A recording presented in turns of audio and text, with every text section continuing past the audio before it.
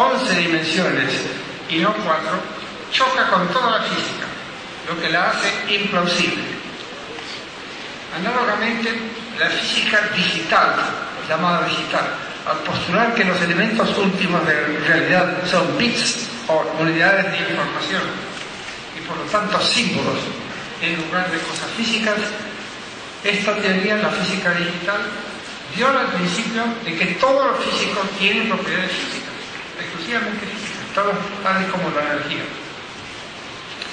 La interpretación estándar o de Copenhague de la mecánica cuántica sostiene que todas sus fórmulas se refieren a situaciones experimentales, pero un examen de las fórmulas básicas de estas teorías no revelan tal referencia al experimento, ni menos aún al observador. Además, la astrofísica supone que esas teorías valen en el interior de las estrellas, donde es imposible hacer observaciones de ningún tipo. Al identificar y descalificar los ingredientes subjetivistas de la física cuántica, el epistemólogo prepara el terreno para formulaciones objetivistas o realistas de la misma. En los tres casos mencionados, el epistemólogo puede corregir al científico e incluso puede informarle que, sin saberlo, el científico ha importado elementos de filosofías extravagantes, tales como el idealismo de Berkeley y el subjetivismo de Kant. Filosofías posteras. Una de las tareas tradicionales de la filosofía ha sido proteger sus propias fronteras, en particular protegerlas de las incursiones de teólogos.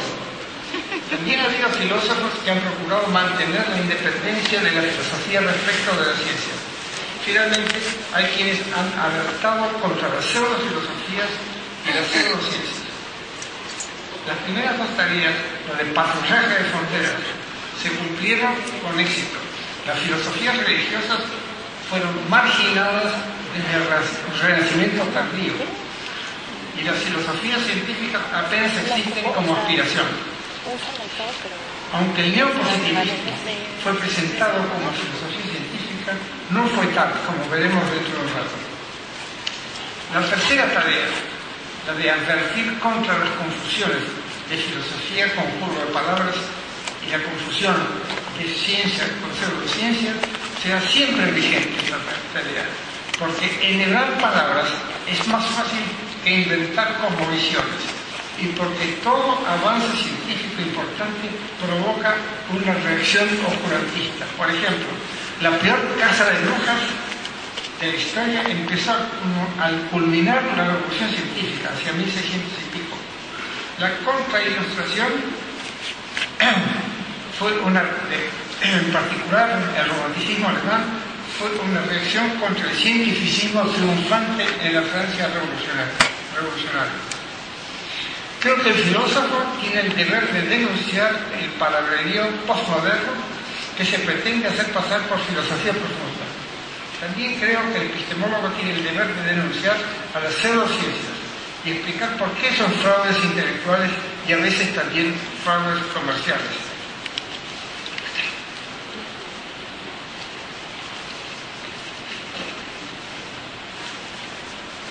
El filósofo español José Zapata Mora, a quien tuve el placer de conocer personalmente en Morelia hace muchos años, se complacía en irritarme y divertirme al mismo tiempo, mandándome fragmentos de filósofos postmodernos tales como Derrida y Deleuze, que son casi imposibles de traducir, pero mandaba en su original francés.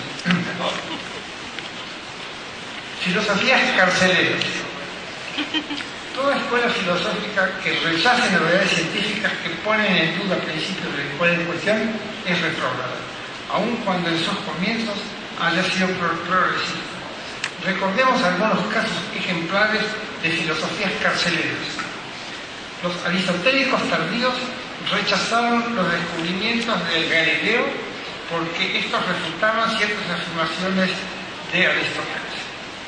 Berkeley se burló del cálculo infinitesimal porque era imperfecto, como todo infante. Hume rechazó la mecánica de Newton por ir más allá de las apariencias.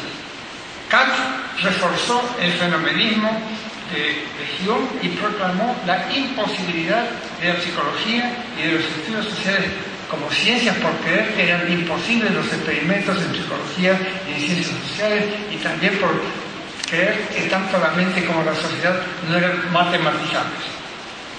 Hegel se opuso a todas las novedades científicas de su tiempo, y Nietzsche negó toda la modernidad, en particular la ciencia.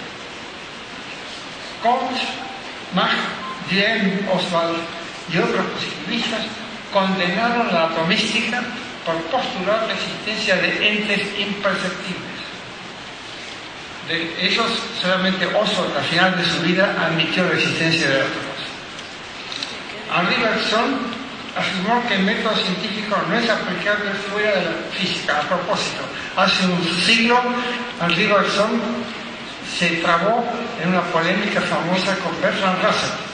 Bergson era intuicionista, Bertrand Russell oscilaba entre el racionalismo y el empirismo. Esa polémica fue muy instructiva para todo el mundo, porque ambos eran gente civilizada, y porque Bergson, pese a ser intuicionista, no solamente creía en la claridad, sino que llegó a proclamar que la clarté es la politesse du philosophe. La claridad es la cortesía del filósofo. El neo-hegeliano Giovanni Gentile, cuando fue ministro de Educación de la dictadura de Mussolini, liquidó la escuela italiana de lógica matemática. Hegel era, sabemos, enemigo de la matemática. Edmund Husserl opuso su fenomenología o egología a todas las ciencias por ser realistas. Los filósofos soviéticos de la década de 1930 rechazaron la lógica matemática, la genética, las teorías relativistas y cuánticas porque creyeron la versión subjetivista de las mismas que exponían algunos divulgadores.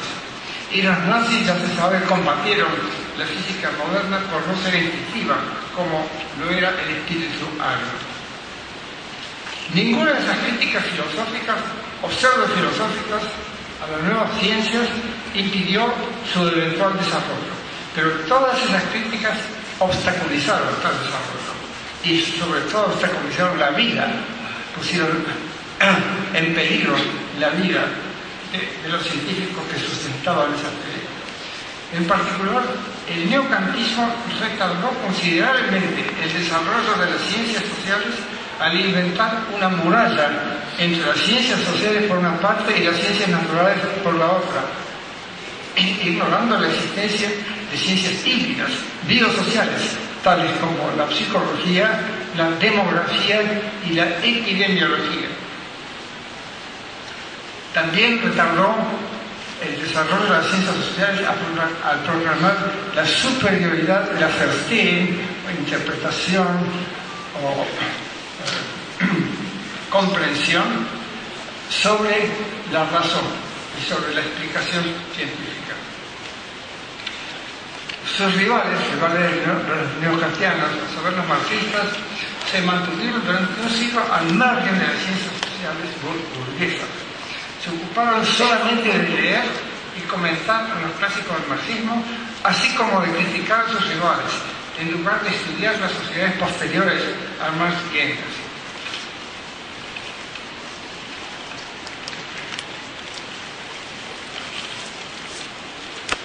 Pasemos ahora a las filosofías engañadas.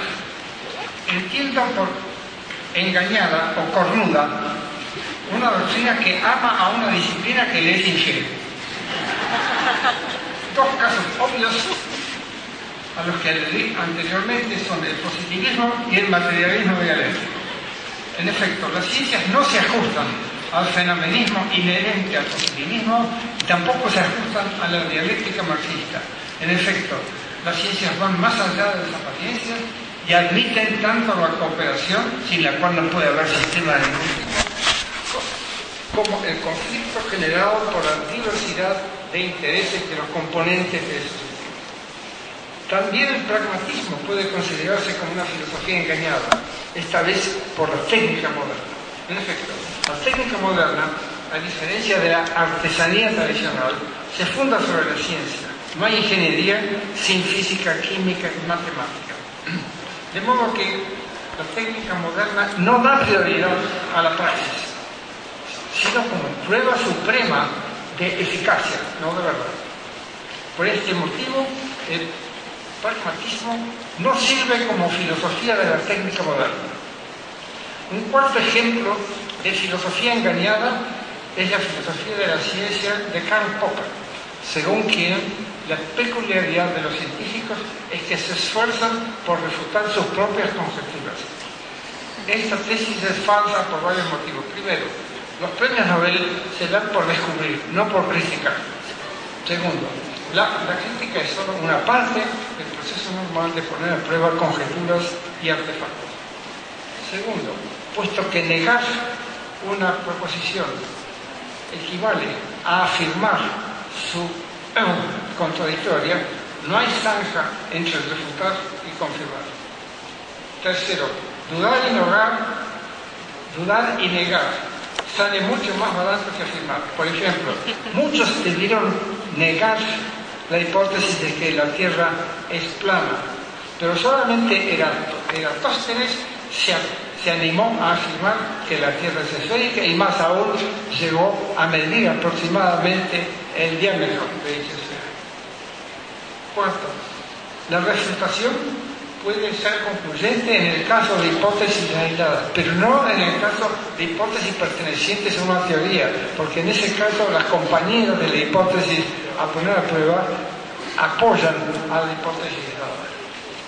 Quinto y último, la tesis de Popper es psicológicamente falsa, excepto en el caso de los masoquistas. Los investigadores científicos son fuertemente motivados por el deseo de confirmar sus propias hipótesis. En resumen, los científicos no se comportan tal como creía Popper, quien creía, por supuesto, que su propia filosofía era científica.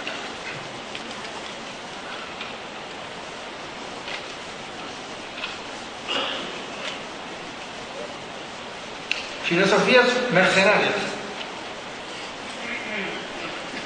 La auténtica investigación filosófica es tan impersonal y desinteresada como la matemática.